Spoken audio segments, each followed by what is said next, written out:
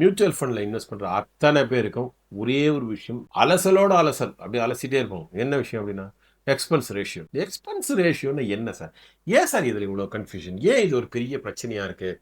ஏன் இதை ஒரு பெரிய பாறாங்கல் மாதிரி தலையில் தூக்கி வச்சுட்டு எல்லாரும் இது பண்ணிட்டு இருக்காங்க, டிஸ்கஸ் பண்ணுறாங்க, டிபேட் பண்ணுறாங்க, அப்படி பண்ணுறாங்க, இப்படி பண்ணுறாங்க. இதில் என்ன சார்? இது உண்மையான விஷயம் என்ன அப்படின்னா, ஒன்றுமே இல்லை, ஒன்றுமே இல்லை, ஒன்றுமே இல்லைன்றதான் சார் விஷயம்.